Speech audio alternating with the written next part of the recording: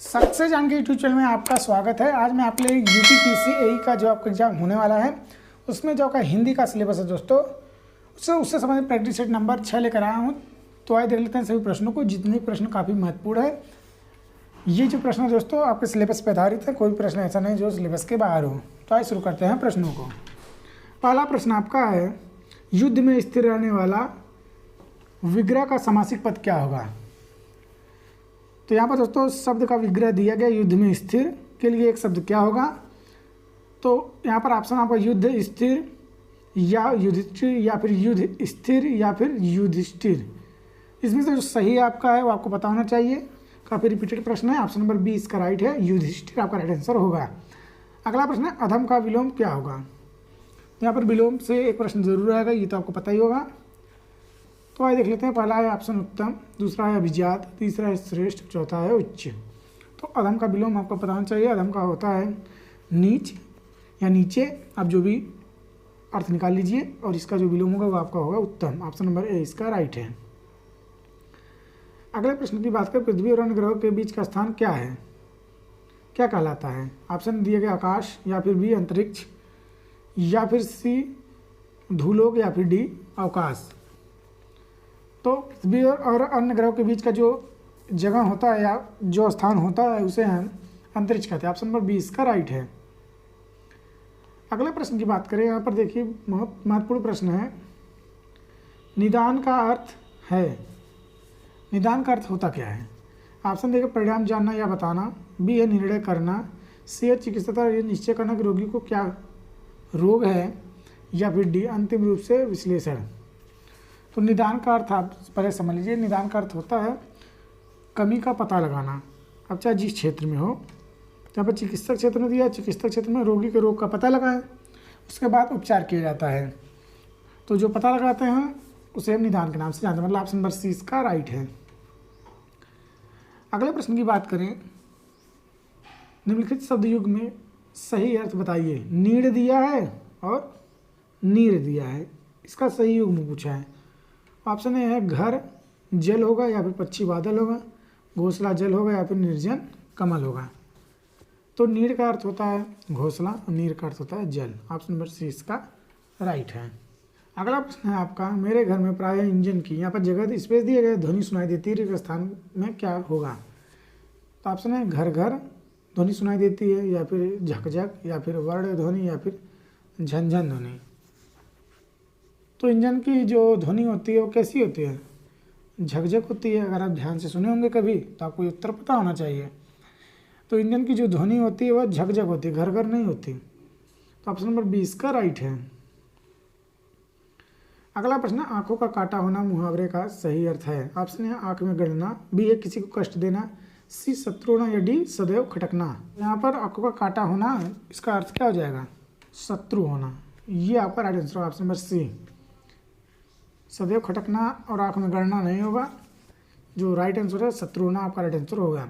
अगले प्रश्न की बात करें, भाषा की सबसे छोटी इकाई को क्या कहते हैं। ऑप्शन है स्वर, ऑप्शन बी व्यंजन, या फिर वर्ण, या फिर ऑप्शन डी शब्द। तो यहाँ पर भाषा की सबसे छोटी इकाई की अगर बात करें तो उसे हम वर्ण या फिर ध्वनि के नाम से जानते हैं। अगर ऑप्शन में ध्वनि हो वो भी आपका राइट होगा, अगर वर्ण है तो वर्ण आपका ये भी राइट है।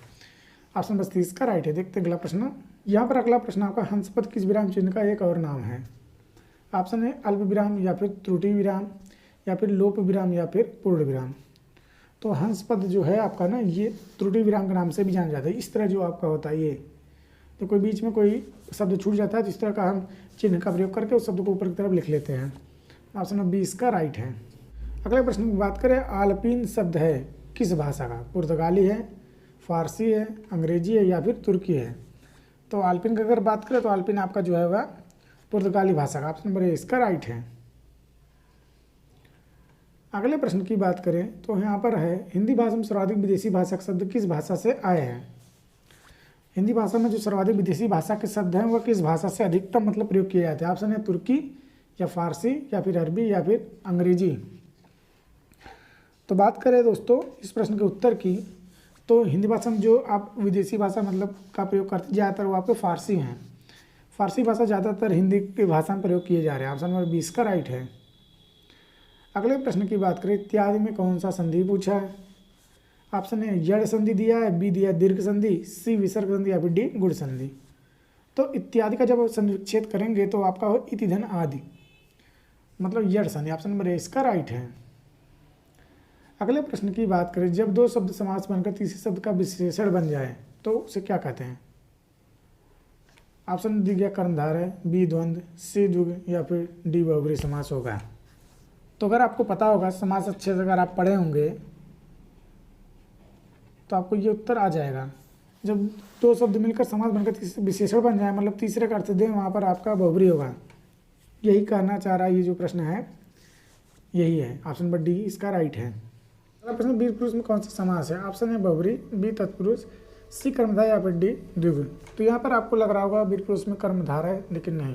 पुरुषों में वीर, यहाँ पर देखिए में आपका जो चिन्ह का प्रयोग हुआ है, कारक चिन्ह का जो प्रयोग हुआ है अधिकरण कारक है, इसीलिए यहाँ पर तत्पुरुष समास होगा। ऑप्शन नंबर बी इसका राइट है। कर्मधार नहीं होगा, आप ध्यान दीजिएगा। अगला प्रश्न आपका है, निम्नलिखित में से तद्भव शब्द कौन सा। ऑप्शन है चाम, बी है धर्म, यहाँ पर धर्म है, सी पर्ण या फिर डी विष्णु। तो बात करें तद्भव की, तो अगर आपको तद्भव नहीं आ रहा होगा, तद्भव तत्सम शब्द में अगर कंफ्यूजन है तो लिंक डिस्क्रिप्शन में दिया गया है। दावा है दोस्तों, उस वीडियो को देखने के बाद आपको 99% तद्भव शब्दों में कोई भी गलती नहीं होने वाली। इसका उत्तर होगा ऑप्शन नंबर ए चाम, आपका राइट आंसर होगा। देखते हैं अगला प्रश्न। अगले प्रश्न की बात करें, रूपक अलंकार कहाँ होता है। ऑप्शन दिए उपमेय उपमान की समानता में, या उपमेय उपमान के अभेद में, या फिर उपमेय से उपमान की हीनता में, या फिर डी इनमें से कोई नहीं। तो पूछा है यहाँ पर रूपक अलंकार के बारे में, तो उपमेय उपमान के अभेद में आपका रूपक अलंकार होता है। ऑप्शन नंबर जो आपका है बी हुआ है, राइट है। अगले प्रश्न की बात करें, गौरव का विलोम शब्द क्या है। ऑप्शन है लज्जा, बी अपमान, सी लाघव या फिर डी उत्तम। तो इसको तो आपको पता होना चाहिए, गौरव का जो विलोम होता है लाघव होता है। ऑप्शन नंबर सी इसका राइट है। अगले प्रश्न की बात करें, शशक का पर्यायवाची शब्द है। ऑप्शन है चंद्रमा, बी शिशु, डी सी खरगोश या फिर डी मृग। तो बचपन में ही आप पढ़ा होगा शशक हमारे खरगोश होता है, तो ऑप्शन नंबर सी खरगोश का आंसर होगा। देखते हैं अगला प्रश्न। अगला प्रश्न यहाँ पर आपका है, भर लाहू सीपी में सागर में अलंकार है। ऑप्शन है विरोधाभास, बी स्वभावोक्ति अलंकार, सी अतिशयोक्ति अलंकार या फिर डी उत्प्रेक्षा अलंकार। तो इसमें जो आपका देखेंगे ना तो विरोधाभास अलंकार, ऑप्शन नंबर ए इसका राइट है। अगला प्रश्न, कवि का स्त्रीलिंग क्या है। ऑप्शन है कवित्री, ऑप्शन बी कवियत्री, सी कवित्री या फिर डी कवित्री। तो अगर आपको नहीं पता तो आप याद कर लीजिए, कवित्री में कवि का जो स्त्रीलिंग है वह कवित्री। ऑप्शन नंबर सी इसका राइट है। पहले दो वर्डों में जो है वह कोई भी मात्रा नहीं लगा, इसे आप ध्यान दीजिएगा। अगर आपको एग्जाम में आप कन्फ्यूज हो रहे हैं तो ये ट्रिक आप अपना लीजिएगा। पहले दो शब्दों में कोई भी मात्रा नहीं लगा, उसके बाद तीसरे में लगा है छोटी, उसके बाद बड़ी, मतलब पहले छोटे आते हैं फिर बड़े, तो पहले छोटी फिर बाद में बड़ी। याद कर लीजिए, यही तरीका एक है। देखते हैं अगला प्रश्न। अगले प्रश्न की बात करें, कौन सा शब्द शुद्ध लिखा है। ऑप्शन है संस्कृति, ऑप्शन बी संस्कृति, ऑप्शन सी संस्कृति या फिर ऑप्शन डी संस्कार थी। सिंपल सा प्रश्न, उत्तर आपको आना चाहिए। बी आपका राइट आंसर होगा, संस्कृति आपका राइट आंसर होगा। अगले प्रश्न की बात करें, हालत पतली होना मुहावरे का तात्पर्य क्या है। शरीर कमजोर होना, या फिर आत्मविश्वास कमी होना, या फिर दयनीय दशा होना, या फिर डी अस्वस्थ होना। बहुत ही सिंपल सा प्रश्न है, आप उत्तर इसका आना चाहिए। ऑप्शन नंबर सी दयनीय दशा होना आपका राइट आंसर होगा। अस्वस्थ होना, आत्मविश्वास कमी होना नहीं होगा। राइट आंसर आपका ऑप्शन नंबर सी दयनीय दशा होना। देखते हैं अगला प्रश्न। अगला प्रश्न आपका, हिसाब किस भाषा का शब्द है। ऑप्शन है अरबी, बी तुर्की, सी फारसी या फिर डी फ्रेंच।